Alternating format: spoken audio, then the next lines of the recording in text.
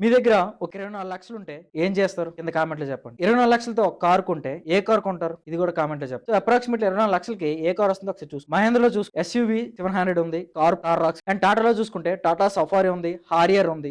And ఇన్నోవాలో చూసుకుంటే Innova Crysta వస్తుంది. 24 లక్షలు పెట్టి ఒక కార్ కొనేటప్పుడు 5-10 ఇయర్స్ దాని ఏజ్ చూసుకుంటే మనకి డిప్రిసియేషన్ తప్ప అప్రిసియేషన్ ఉండదు. అండ్ ప్రతిరోజు ఆయిల్ కొట్టాలి. ఎవ్రీ మంత్ దానికి మెయింటెనెన్స్ ఉంటుంది. అదే 24 లక్షలతో ఒక ప్లాట్ కొనగాన 10 లాక్స్ వర్తబుల్ కాటేజ్ అనేది మీకు ఫ్రీగా వస్తే ఎలా ఉంటుంది? ఎక్కడో తెలుసుకోవాలనుకుంటున్నారా?